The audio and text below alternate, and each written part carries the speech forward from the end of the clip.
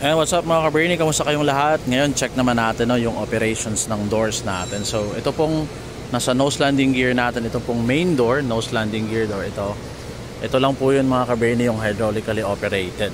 So yung dalawang yan, which is sa sequence ng door, yan po yung unang magbubukas kung sakali magre-retract yung ating nose landing gear. O hindi naman kaya, during extension, yan din po yung unang magbubukas at huling magsasarado. So again, kagaya po ng ating main landing gear, yung main doors po natin ay hydraulically operated.